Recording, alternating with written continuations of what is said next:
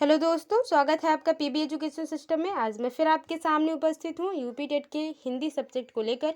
तो आज हम यूपी टेट में आने वाले जो प्रश्न होते हैं उन प्रश्नों को देखते हुए आज हिंदी के 30 क्वेश्चन के लगभग हम बात करेंगे और डिटेल में बात करेंगे, जहाँ रचनाओं और लेखकों की बात होगी और उस टॉपिक पे भी विशेष चर्चा होगी, जहाँ पे जैसे विशेषण हुआ, अव्यय हुआ, विकारी शब्द, अविकारी शब्द, जहाँ पे आपको प्रॉब्लम हो जाती है जब हमें जो है ऑप्शन थोड़े से डिफ़िकल्ट दे दिए जाते हैं। ठीक है, आई होप आप सभी लोग बहुत बढ़िया होंगे, पॉजिटिविटी से भरे हुए होंगे। आपका केवीएस का अगर एग्ज़ाम रहा होगा, अगर आपने अच्छा किया होगा तो बेस्ट ऑफ लक। इंटरव्यू के लिए मेहनत करिए, लेकिन अगर आप केवीएस का एग्ज़ाम नहीं भर पाए हैं, आपने सीटेट का भी आपका रिजल्ट नहीं आया, तो आने वाली यूपी टेट के इंतज़ार में हैं, तो मेहनत करते रहिए, सब कुछ बढ़िया होगा। चलिए ज़्यादा टाइम वेस्ट नहीं करते हैं, वीडियो को शुरू करते हैं। और एक बात और कि यदि आप चैनल पे पहली बार आए हैं तो हमारी फैमिली बनने के लिए चैनल को सब्सक्राइब कर लें, ताकि हम और आप साथ मिलकर कुछ नया सीखें और अपने सक्सेस को अचीव करें। चलिए देखते हैं आज का पहला क्वेश्चन क्या है। क्वेश्चन, इनमें से किस भाषा का बिहारी हिंदी से संबंध नहीं है? ऑप्शन है अवधी, मगही, भोजपुरी और मैथिली। ठीक है, अब इनकी बात करेंगे। पहले अगर हम ऑप्शन की बात कर लें तो पहला ऑप्शन आपका जो सही हो जाएगा वो हो जाएगा पहला। ठीक है, अवधि। अब तब ये बताइए, क्या मगही इस जो ऑप्शन है, जैसे मान लीजिए कि अगर आप अवधि पे श्योर हैं तो मगही पे क्या कहते हैं कि अगर मगही बिहारी हिंदी से संबंधित नहीं है तो किससे संबंधित है कि नहीं? अब देख लेते हैं। अब अवधि पूर्वी हिंदी से, ठीक है, ये पूर्वी हिंदी से संबंधित है, पूर्वी हिंदी से। और आपको पता है कि पूर्वी हिंदी का मतलब क्या हो जाएगा कि किस भाषा में सबसे ज़्यादा बोली जाएगी, तो यूपी, एमपी और छत्तीसगढ़ में जो है अवधी भाषा बोली जाती है। तो आपको क्या लगता है कि ये बिहारी हिंदी से संबंध नहीं है इसका? अगर नहीं है तो क्या दूसरा ऑप्शन हो सकता है सही? ये ज़रूर बताएं कमेंट बॉक्स में, क्योंकि जब हमारे पास कन्फ्यूजन होती है तो उस कन्फ्यूजन का हल अगर हम स्वयं नहीं ढूंढेंगे, सेल्फ स्टडी नहीं करेंगे, तो चीज़ें जो हैं कॉम्प्लिकेटेड हो जाती हैं और यही चीज़ एग्ज़ाम में हमें ले डूबती है। चलिए अब भोजपुरी की बात कर लेते हैं। तो भोजपुरी क्या है? एक बिहारी हिंदी है, बिहारी है। ठीक है, बिहारी में आती है, जहाँ के जो है आपका यूपी बिहार बोली जाती है, वही मैथिली भी वही बात है। ठीक है, ये भी बिहारी उपभाषा में आता है। ये सारी जो है बोलियां हैं चारों। आगे देखते हैं, हिंदी साहित्य का अतीत के लेखक हैं। ठीक है, हिंदी साहित्य के अतीत के लेखक की बात करी जाए तो इनके लेखक कौन हैं? दूसरे का ऑप्शन पहले देख लेते हैं। विश्वनाथ प्रसाद मिश्र, ठीक है, विश्वनाथ त्रिपाठी, श्याम सुंदर दास और गणपति चंद्र गुप्त। तो सही ऑप्शन की बात करी जाए तो सही ऑप्शन सही हो जाएगा आपका पहला। दूसरे का पहला आंसर बिल्कुल ही सही हो जाएगा। और विश्वनाथ प्रसाद मिश्र की बात करी जाए तो इन्होंने बहुत सी अपनी रचनाएं दी हैं, जैसे कि बात कर ले सत्य हरिश्चंद्र, ठीक है, सत्य हरिश्चंद्र, रसखानी। अब रसखानी से ऐसा लग रहा है कि ये कहीं न कहीं कबीरदास और सूरदास जी ने लिखी है, लेकिन नहीं, इन्होंने विश्वनाथ प्रसाद मिश्र जी ने लिखी है। ठीक है, और एक घनानंद, घनानंद और सुदामा, रसिक प्रिया, इस तरह से बहुत सारे नाम जो इम्पोर्टेंट है, जैसे कि सत्य हरिश्चंद्र, रसखानी, घनानंद, सुदामा और एक आप हिंदी साहित्य का इतिहास आपने देखा है, उसकी बात हो जाती है। ठीक है, दूसरा अगर हम बात करें दूसरे ऑप्शन की, तो विश्वनाथ त्रिपाठी जी हैं, विश्वनाथ त्रिपाठी और श्याम सुंदर दास। श्याम सुंदर दास से बहुत ज़्यादा क्वेश्चन पूछा जाता है, तो इन्होंने अपनी जो पुस्तकें लिखी हैं उनकी बात करी जाए तो इन्होंने लिखी है मेरी आत्म कहानी। ठीक है, अब ये बताइए कि इसके बारे में चर्चा हुई थी, मेरी आत्म कहानी इन दो जो है पुस्तकों पर बात हुई थी। तो ये एक तो पता चल गया, मेरी आत्म कहानी आपकी श्याम सुंदर दास जी ने लिखी। तो कथा या आत्म कहानी, ये दो पुस्तकें किसके साथ, किसके द्वारा लिखी गई, कमेंट बॉक्स में बताइएगा। ठीक है, आगे चलते हैं। श्याम सुंदर दास की बात करें तो इन्होंने कबीर ग्रंथावली लिखी है, साहित्य के लोग लिखा है, हिंदी के निर्माता, ये सब। और बात सबसे ज़्यादा इम्पोर्टेंट जो आती है, ये द्विवेदी युग के लेखक हैं। आगे चलते हैं। दोहा, दोहा मूलतः किस भाषा का छंद है? प्राकृतिक, अपभ्रंश, हिंदी, संस्कृत। आपको पता ही होगा कि प्राकृतिक तो होगा नहीं, तो सही ऑप्शन की बात करें तीसरा का, तो दूसरा हो जाएगा ऑप्शन अपभ्रंश। अब ये बताइए, ये क्वेश्चन भी आ सकता है, हिंदी किस जो है अपभ्रंश से आई है, तो स्वर ध्वनि अपभ्रंश उसमें ऑप्शन होता है। ऑप्शन के हिसाब से क्वेश्चन बदले जा सकते हैं। क्वेश्चन के हिसाब से अब क्वेश्चन कुछ भी पूछा है, ऑप्शन अगर डिफ़िकल्ट पूछ देता है तो उसमें क्या आपको चूज़ करना है वो आपके ऊपर है। अगर आपने पूरी तरह से एक श्रृंखला में पढ़ा है तो चीज़ों को आप कर ले जाएंगे, ठीक है। और आप सभी लोगों को पता है जितने भी अपभ्रंश हैं वो संस्कृत भाषा के बिगड़े हुए रूप हैं। जो आज हिंदी हम बोलते हैं वो संस्कृत का बहुत ही बिगड़ा हुआ रूप है। कहने का मतलब है कि बहुत ही एक विकृत प्रकार है संस्कृत का, जो हम हिंदी आज खड़ी बोली यूज़ करते हैं। जो नर दुख में दुख नहीं माने, सुख स्नेह अरु भय नहीं जाके, कंचन माटी जाने, ठीक है। इन काव्य पंक्तियों के रचनाकार हैं कौन है भाई? सूरदास जी हैं, गुरु नानक या कबीरदास हैं या रैदास जी हैं। तो चौथे के सही ऑप्शन की बात करी जाए तो दूसरा ऑप्शन सही हो जाएगा, गुरु नानक जी, ठीक है। गुरु नानक जी जो है आपका सही आंसर हो जाएंगे। अब बात कर लेते हैं सबसे ज़्यादा जो क्वेश्चन पूछा जाता है उस क्वेश्चन पे, वो हैं आपके सूरदास जी और कबीरदास जी, ठीक है। कबीरदास की पहले बात कर लेते हैं, क्योंकि कबीरदास, ठीक है। कबीरदास ने कबीर बीजक लिखी, कितना ही आसान है, बहुत ज़्यादा। आपने कबीर बीजक लिखी है, ठीक है।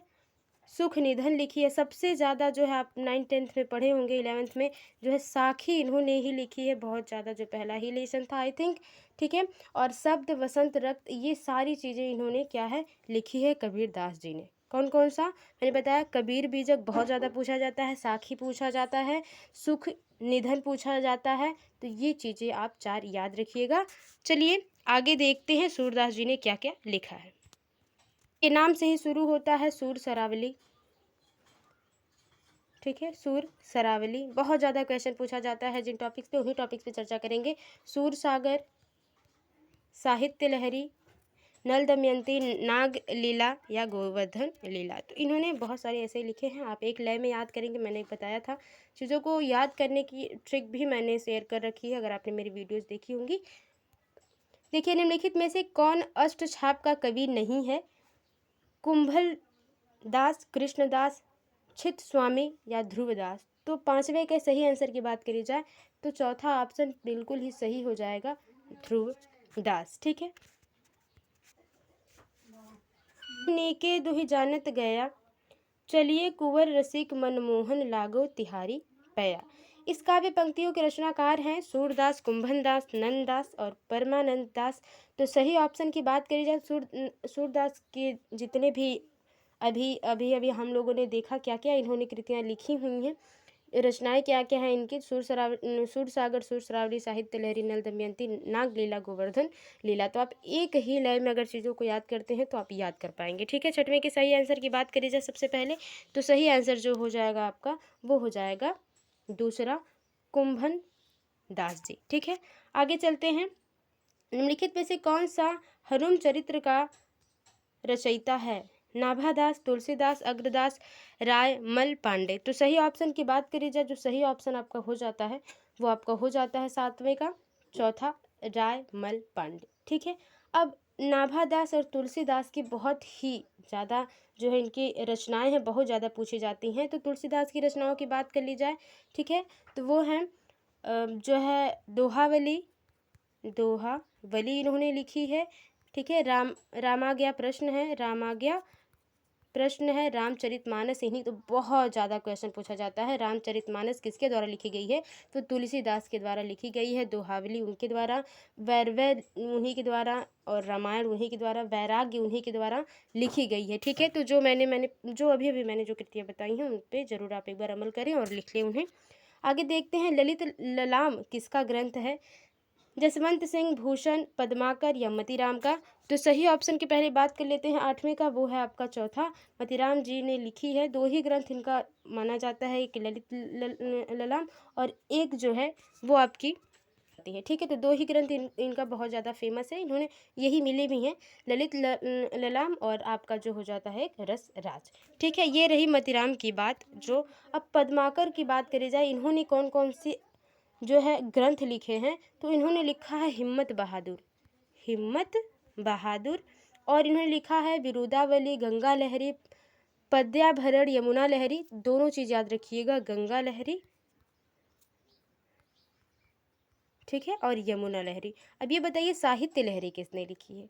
अभी अभी हम लोगों ने पढ़ा है, ठीक है, ईश्वर पचीसी भी इन्होंने ही लिखी है, आपके जो हैं आपके पद्माकर साहब। देखिए ये जो कुछ पंक्तियां हैं इनके बारे में डिटेल में हम बात नहीं करेंगे, जो लेखक हैं जो कवि हैं उनके बारे में बात कर लेंगे। डेल सो बनाए आए मेलत सभा के बीच लोगन कवित्व की वो खेल करी जानो है। यह काव्य पंक्तियां किसकी है? आलम बोधा ठाकुर द्विज देव। ठीक है, तो सही ऑप्शन की बात करी जाए 9 की, तो तीसरा ऑप्शन बहुत ही सही हो जाएगा। इन्होंने इसी तरह से बहुत सारी कृतियाँ, बहुत सारी रचनाएं, बहुत सारी पंक्तियाँ लिखी हैं, बहुत ही प्यारी प्यारी। आगे देखते हैं, निम्नलिखित में से कौन सा लेखक भारतेंदु मंडल का नहीं है? प्रताप नारायण मिश्र, बद्री नारायण चौधरी, प्रेमघन, रामकृष्ण भट्ट, राजा लक्ष्मण सिंह। ठीक है, तो जो प्रेमघन की जो पहले 10वें का सही आंसर देख लेते हैं। चौथा ऑप्शन बिल्कुल ही सही हो जाएगा, राजा लक्ष्मण सिंह। लेकिन प्रेमघन से क्वेश्चन पूछ लिया जाता है, प्रताप नारायण मिश्र से क्वेश्चन पूछा जाता है, इन्होंने क्या क्या लिखा है, उनकी कृतियाँ कितनी ही ज़बरदस्त होती हैं और एक अलग ही इनका लेखन शैली है। तो प्रेमघन की बात करी जाए तो इन्होंने लिखा है अलौकिक लीला, अलौकिक लीला, भारत सौभाग्य, प्रयाग रामागमन। ठीक है, ये सारी कृतियां हैं इनकी, प्रेमघन जी की।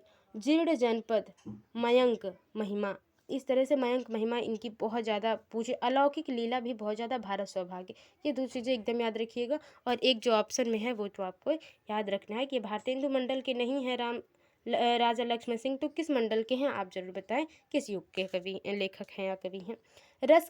कलम किसकी रचना है? श्रीधर पाठक, अयोध्या सिंह उपाध्याय, हरियोध। कभी कभी हरियोध नाम करके प्रश्न पूछता है और बताता है कि इनका पूरा नाम बताइए, तो आपको बताना होता है। गया प्रसाद शुक्ल स्नेही और मैथिली शरण गुप्त। ठीक है, तो सही ऑप्शन की पहले बात कर लेते हैं। 11 का जो हो जाएगा ऑप्शन वो हो जाएगा दूसरा ऑप्शन, बिल्कुल ही सही हो जाएगा। दूसरा ऑप्शन हो जाएगा, ठीक है, दूसरा ऑप्शन क्या ही लग रहा है, दूसरा ऑप्शन सही हो जाएगा, अयोध्या सिंह उपाध्याय, हरियोध। हरियोध जी की भी बहुत ज़्यादा पूछी जाती हैं, और क्या पूछी जाती हैं कृतियाँ और रचनाएं, उनके बारे में बात करते हैं। पूछी जाती है रचनाएं, उनके बारे में बात कर लेते हैं। जैसे आपका प्रिय प्रवास हो जाता है, ठीक है, प्रिय प्रवास, ये प्र करके आप याद रखिए, प्रिय प्रवास। कवि सम्राट, वैदेही वनवास बहुत ज़्यादा पूछा जाता है, प्रिय प्रवास, वैदेही वनवास, पारिजात, ये बहुत ज़्यादा पूछा जाता है। हरियोध जी की बहुत ही प्रमुख जो ये रचनाएं कृतियां हैं। तो ठेठ हिंदी का ठाठ बहुत ही इंपॉर्टेंट है, आप भूल ही नहीं सकते, ठेठ हिंदी का ठाठ भी इन्हीं के द्वारा लिखा गया है। आई होप आपको चीज़ें पसंद आ रही होंगी। और मैथिली शरण गुप्त के बारे में आगे बात करेंगे। निम्नलिखित पंक्तियाँ किस कवि की हैं? क्या कहा मैं अपना खंडन करता हूँ, ठीक है तो मैं अपना खंडन करता हूँ, मैं विराट हूँ, मैं समूहों को समोए हूँ। जयशंकर प्रसाद, सुमित्रानंद पंत, सूर्यकांत त्रिपाठी निराला, रामधारी सिंह दिनकर। तो हम चाहें तो चार जितने ऑप्शन हैं, इन चारों ऑप्शन से एक अच्छा जो है आप टॉपिक ले जाएं, और हम बात भी करेंगे, भले ही कम क्वेश्चन आज हम करेंगे लेकिन पूरी डिटेल में क्वेश्चंस को करेंगे। ठीक है, पहले 12 के सही आंसर की बात करी जाए तो आपका तीसरा ऑप्शन जो हो जाएगा वो सही हो जाएगा, सूर्यकांत त्रिपाठी निराला जी। और चारों जो बहुत ही विशेष लेखक हैं, इनकी कृतियाँ रचनाएं सबके बारे में बात करेंगे। तो पहले सबसे पहले पहला ऑप्शन की बात करते हैं, रुकिए, जयशंकर प्रसाद। इन्होंने लिखा है बहुत ही विशेष जो है झरना, आंसू, लहर, कमायनी, प्रेम प्रतीक, आधे, स्कंदगुप्त, चंद्रगुप्त, अजात शत्रु, एक घूट, अग्निमित्र। बहुत सारी इनकी जो है रचनाएं हैं, कृतियां हैं। तो उनके बारे में सबसे ज़्यादा जो बात होती है, कमायनी बहुत ज़्यादा पूछा जाता है, झरना, आंसू, लहर बहुत ज़्यादा पूछा जाता है, और आप तो ये याद ही कर सकते हैं, स्कंदगुप्त, चंद्रगुप्त और अजात शत्रु। ठीक है, अब बात कर लेते हैं सूर्यकांत त्रिपाठी निराला जी की। तो निराला जी की बात करें तो इन्होंने भी बहुत अच्छी अच्छी चीज़ों को लिखा है, जैसे अनामिका, गीतिका बहुत ज़्यादा जो पूछा जाता है, गीतिका। और एक पूछा जाता है तुलसीदास किसके द्वारा लिखी गई। ठीक है, तो तुलसीदास इन्हीं के द्वारा लिखी गई। और रामचरितमानस किसके द्वारा लिखी गई? तुलसीदास जी के द्वारा। ठीक है ना, तो परिमल और गीतिका, अनामिका, तुलसीदास, ये चार चीज़ें बहुत याद रखिए। और भी है जैसे बेला, नए पत्ते, तो बहुत सारी इन्होंने लिखी है, जो फेमस है वही पूछा जाता है। दिनकर साहब की बात कर लेते हैं जल्दी जल्दी। तो दिनकर साहब की बात करी जाए तो इन्होंने एक अलग शैली का यूज़ किया, जो बहुत ही, और बता दिया जाए तो वीर रस इनके जो है लेखनी में वीर रस की बहुत ज़्यादा बात हो जाती है। जैसे इन्होंने लिखा है, रामधारी सिंह दिनकर ने, उर्वशी, बहुत ज़्यादा पूछा जाता है। उर्वशी, रश्मिरथी, रेणुका, हुंकार, बहुत ज़्यादा, ये 4 याद रखिएगा। उर्वशी, रश्मिरथी, रेणुका बहुत ज़्यादा पूछा जाता है। 3 और संस्कृति के 4 अध्याय भी, ये भी पूछा गया है एक बार, तो याद रखिएगा। सुमित्रानंद पंत की बात करी जाए तो सुमित्रानंद पंत ने भी ठीक ठाक लिखा है, जैसे कि ज़्यादा पूछा नहीं जाता है तो उन्होंने ग्रंथि लिखी, ग्रंथि, वीणा, पल्लव, गुंजन, बहुत सारी ऐसी बातें इन्होंने लिख दी। चलिए आगे बात करते हैं। आज मैं अकेला हूँ, अकेले रहा नहीं जाता, जीवन मिला है यह रतन मिला है। यह उपयुक्त काव्य पंक्तियाँ किस कवि की हैं? त्रिलोचन, केदारनाथ, नागार्जुन, रघुवीर सहाय। तो 13 के सही ऑप्शन की बात करी जाए तो त्रिलोचन जो है सही ऑप्शन हो जाते हैं। नागार्जुन भी बहुत अच्छा लिखते हैं, जैसे कि अकाल और उसके बाद, सिक्के सिके हुए 2 भुट्टे, इन्होंने लिखा है। प्यासी पथराई आंखें, युगधारा, तुमने कहा था, याद रखिएगा। ये अकाल और उसके बाद, अकाल पड़ा और उसके बाद, ठीक है। सिके हुए 2 भुट्टे, ठीक है, जो भुट्टे आप गर्मी ठंडी सर्दियों में और बरसात के मौसम में बहुत ज़्यादा खाते हैं। प्यासी पथराई आंखें, ठीक है, इंतजार में प्यासी पथराई आंखें, और युगधारा, तुमने कहा था, ये याद रखिएगा, नागार्जुन जी की। निम्नलिखित में से किस उपन्यास को स्त्री लेखन का प्रस्थान बिंदु माना जाता है? मित्रों, मरजानी, कठगुलाब, आवा, चाक। तो सही ऑप्शन की बात करें पहले 14 क्वेश्चन की, तो बात हो जाती है आपकी पहले ऑप्शन की, कि पहला ऑप्शन सही हो जाता है। आगे देखते हैं। निम्नलिखित में से 2 समांतर कथा प्रसंगों पर चलने वाला शंकर शेष का नाटक है? कोमल गांधार, पोस्टर, एक और द्रोणाचार्य, अरे मायावी सरोवर। ठीक है, तो इस तरह से 15 के सही ऑप्शन की बात करी जाए तो एक और द्रोणाचार्य की बात हुई है। और इसमें क्या कहानी है आप जरूर बताएं, क्योंकि कहानियों से KVS में पूछा गया, वैसे बहुत ज़्यादा रिमझिम से पूछा गया था। फिलहाल अब देख लेते हैं व्याकरण से संबंधित प्रश्न। कमल किस प्रकार का शब्द है? रूढ़, यौगिक, योग रूढ़, इनमें से कोई नहीं। इस पर बहुत बार हम चर्चा कर चुके हैं। तो 16 के सही आंसर की बात करी जाए तो पहला ऑप्शन सही हो जाएगा। ये रूढ़ शब्द है, और रूढ़ शब्द किसे कहते हैं उनके बारे में थोड़ी सी चर्चा हम कर लेते हैं। तो ये पहले तो याद रखिएगा, तीनों ऑप्शन जो है ये शब्द के प्रकार में आते हैं, ठीक है। और रचना और बनावट के आधार पर जो आपका आ जाता है, रूढ़ आ जाता है, ठीक है। रचना और बनावट के आधार पर ये तीनों चीज़ें आ जाती हैं, रूढ़, यौगिक और योग रूढ़। रूढ़ वे शब्द होते हैं जिनका खंड नहीं किया जा सकता। जैसे कमल को अगर हम संधि विच्छेद कर देंगे, कमल का संधि विच्छेद होगा ही नहीं। इनका संधि विच्छेद मतलब है कि अब थोड़ी ना हम कुछ भी बांट देंगे, बांटने का मतलब है इनका अलग अलग कोई अर्थ निकलना चाहिए। अर्थ नहीं निकलेगा तो वो संधि नहीं है, अर्थात उसे बांटा नहीं जा सकता। तो कमल को खंडित नहीं किया जा सकता, इसलिए ये रूढ़ है। और यौगिक की बात करी जाए तो यौगिक वो हो जाता है जो 2 या 2 से अधिक शब्दों से मिलकर बनता है, जैसे विज्ञान, विद्यालय, जैसा भी आप पढ़ते हैं, ठीक है ना। अब जैसे रूढ़ में जो कमल हो जाता है, चावल हो जाता है, दिन हो जाता है, इन सब चीज़ों का जो है हम खंडन नहीं कर सकते। योग रूढ़ की बात हो जाती है, आगे आएगा तो बात करेंगे, नहीं आएगा तो फिर बहुत बात हो चुकी है रूढ़, यौगिक और योग रूढ़ पे। पाकशाला, पाठशाला है किस शब्द का, किस प्रकार का शब्द है? रूढ़ है, यौगिक है, योग रूढ़ है। इनमें से सही ऑप्शन की बात करी जाए, कहने का मतलब है 17 ऑप्शन, 17वें सही ऑप्शन की बात करी जाए तो जो है पाठशाला है वो यौगिक है। जैसे पाठ प्लस शाला, ये 2 शब्दों से मिलकर बने हुए हैं। शाला और पाठ, ये अध्याय का मतलब हो गया, शाला में रहने के का स्थान। तो पाठशाला इस तरह से एक यौगिक है। दशानन किस प्रकार का शब्द है? रूढ़ है, यौगिक है, या योग रूढ़ है? तो दशानन, अब देखिए यहाँ पे आ गया तो योग रूढ़ की बात कर लेते हैं। हमने रूढ़ भी पढ़ लिया और यौगिक भी पढ़ लिया। शब्द रचना के आधार पर या बनावट के आधार पर शब्द के हमने तीनों प्रकार पढ़ लिए।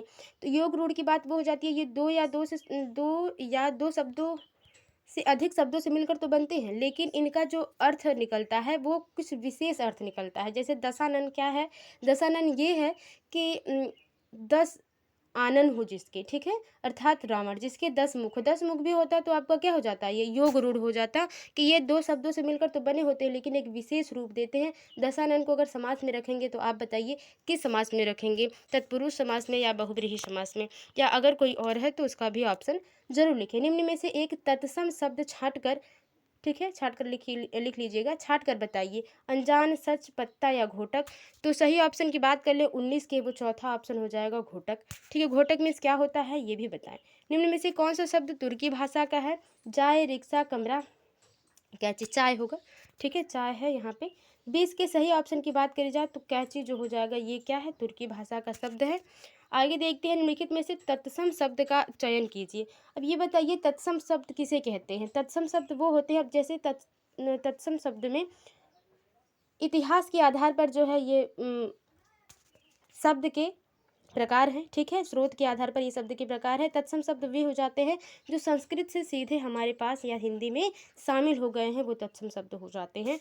तो आप बताइए कि बारात, वर्षा, हाथी और आंसू, इसमें से तत्सम शब्द कौन सा है जिसका अर्थ इंग्लिश जो है संस्कृत में, माफ करिएगा, संस्कृत में नहीं बदला है, वो संस्कृत में हूबहू हिंदी में उसका प्रयोग किया जाता है। तो 21 क्वेश्चन की बात करी जाए तो 21 क्वेश्चन का सही आंसर हो जाएगा दूसरा ऑप्शन, वो हो जाएगा वर्षा। वर्षा जिस तरह से संस्कृत में यूज होता था उसी तरह हिंदी में भी आज हम यूज करते हैं।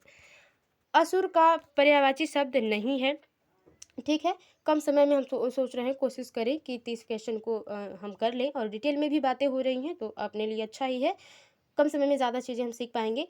तो धनुष, दानव, दैत्य, यक्ष, तो सही ऑप्शन की बात करें इसमें निगेटिव पूछा है, ठीक है, असुर का पर्यायवाची नहीं है ये पूछा है। तो 22 के सही आंसर की बात करी जाए तो यक्ष हो जाएगा। तो ये बताइए यक्ष क्या है, यक्ष का मतलब क्या आप समझ रहे हैं। आम का पर्यायवाची शब्द नहीं है, निगेटिव पूछा गया है।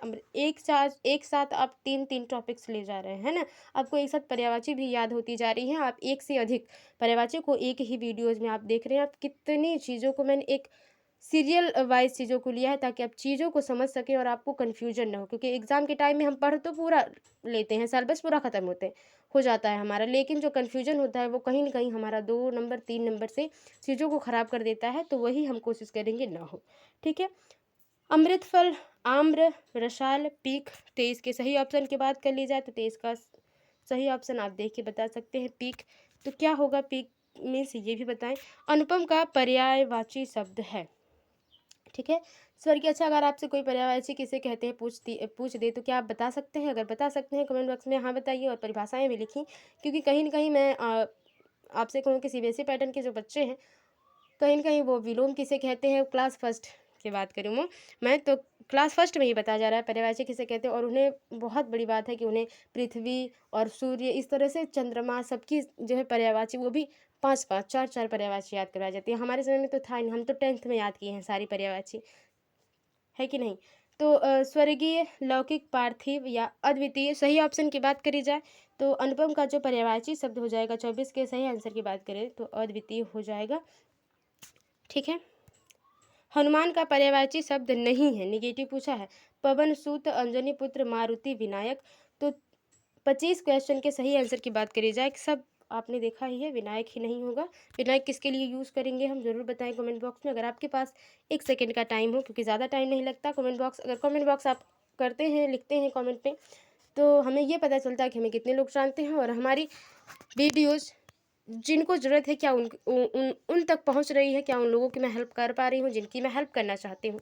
वैसे देखिए, भाषा निर्माण की इकाइयों का सही अनुक्रम है, इसके बारे में बात कर लें तो पहले क्या है, शब्द है, फिर ध्वनि है, फिर वाक्य है या पद है, ठीक है। या शब्द पहले है, फिर वाक्य है, फिर ध्वनि है, फिर पद है, या फिर पद है, वाक्य है, ध्वनि है। तो आपको पता है सबसे पहले जब छोटा बच्चा होता है तो वो क्या करता है, सबसे पहले उसको शब्द नहीं पता होते। पद की बात ही छोड़िए, हम और आप पद के बारे में नहीं अच्छे से जानते तो और बात क्या करी जाए। तो सबसे पहले हम ध्वनि ही निकालते हैं, रोना, हंसना, ये सारी ध्वनियाँ हैं। धीरे धीरे बच्चा ध्वनि करके क्या करता है, एक शब्द को बोलना सीखता है, फिर वाक्य को, फिर पद, तो दूर की बात हो जाती है। तो चौथा ऑप्शन बिल्कुल सही हो जाएगा, ध्वनि पहला होगा। उसके बाद विकास का उल्टा विनाश है, इस वाक्य में उल्टा है क्या है, अच्छा, विकास का उल्टा विनाश है, ठीक है। इस वाक्य में उल्टा क्या है, संज्ञा है, विशेषण है, क्रिया है या अवयव है, ठीक है। अब देखिए बहुत ही ज़्यादा जो क्वेश्चन पे बात होती है वो अव्यय की बात हो जाती है कि अव्यय क्या है, किस प्रकार से है, किस में आता है, संज्ञा में आता है, विशेषण में आता है, कैसे अव्यय होते हैं, इनके बारे में हम बहुत डिटेल में बात कर चुके हैं बहुत से वीडियोज़ में, वो भी यूपी टेट की हिंदी की क्लासेज में खासकर। तो उन्हें आप जाके देखें, आपको अच्छा लगेगा, क्योंकि जितने भी आपके कन्फ्यूजन है आपको क्लियर हो जाएंगे। तो 27 के सही आंसर की बात करी जाए तो चौथा ऑप्शन बिल्कुल सही हो जाएगा कि उल्टा क्या है, एक अवयव है। अवयव किसे कहते हैं ये भी बताएं, और ये कितने प्रकार के हो सकते हैं। और अगर विशेषण की बात करी जाए तो खासकर बहुत ज़्यादा क्वेश्चन पूछा जाता है विशेषण अवयव के बारे में। वह औरत गजगामिनी है वाक्य में वह क्या है। बहुत ही आसान पूछा है। संज्ञा सर्वनाम क्रिया विशेषण, तो वह जो है एक संज्ञा के स्थान पर यूज़ किया गया है, तो 28 का सही ऑप्शन जो हो जाएगा वो क्या हो जाएगा कि वह औरत गजगामिनी है। तो वह प्रयुक्त क्या है, तो वह सर्वनाम है, ऑब्वियसली बात सही हो जाती है। ठीक है, विशेषण तो गजगामिनी हो जाएगा, सही ऑप्शन हो जाएगा आपका 28 का। ठीक है, आगे देखते हैं। 29 हजारों लोगों ने उसे देखा, वाक्य में विशेषण है। ठीक है, हजारों लोगों उसे देखा। ठीक है, तो किसे देखा, हजारों लोगों ने किसे देखा। 29 के सही आंसर की बात करी जाए तो विशेषण जो है हजारों हो जाएगा। ठीक है, अगर आपको कन्फ्यूजन है, क्योंकि मुझे खुद कन्फ्यूजन है हजारों में, तो आप इस वर्ड को, एक वाक्य को थोड़ा ध्यान से पढ़ें, देखें और उसको मिलाएं, क्योंकि बहुत ज़्यादा टाइम हो जाएगा। 25 मिनट ऑलरेडी हो चुके हैं। कश्मीर जैसा दृश्य कहाँ मिलेगा, वाक्य में प्रमुख शब्द, प्रयुक्त शब्द जैसा, जैसा क्या है, संज्ञा है, सर्वनाम है, विशेषण है, अव्यय है। 30 के सही आंसर की बात करी जाए तो जैसा शब्द जो हो जाएगा वो आपका अव्यय हो जाएगा। तो ये थे हिंदी के 30 प्रश्न। आई थिंक आपको समझ में आए होंगे और आपके कन्फ्यूजन जो है थोड़े बहुत क्लियर होंगे। और जो कन्फ्यूजन मैंने खुद जानबूझ के रखे हैं क्वेश्चन में, वो इसलिए रखे हैं कि आप जाके ढूंढें चीज़ों को, और आप अगर अपनी जो कन्फ्यूजन है उसको क्लियर करते हैं तो आपको एक साथ एक नहीं बहुत सारी चीज़ें सीखने को मिलेंगी, वो आपकी एग्ज़ाम के लिए बहुत ही हेल्पफुल होंगी। तो आई थिंक आपको जो सेशन है हेल्पफुल रहा होगा। अगर थोड़ी सी भी वीडियो हेल्पफुल लगी हो तो वीडियो को लाइक करें, कमेंट करें, शेयर भी करें, सब्सक्राइब इसलिए कर लें ताकि आपके आने वाले एग्ज़ाम के साथ हम आपके साथ जुड़े रहें, और जो चीज़ें आपकी बेसिक क्लियर नहीं होती उन बेसिक चीज़ों को, उन बेसिक कन्फ्यूजन को हम साथ में हल करेंगे। मिलते हैं आपसे अगली वीडियो में, तब तक के लिए bye bye and take care. Best of luck for your examination.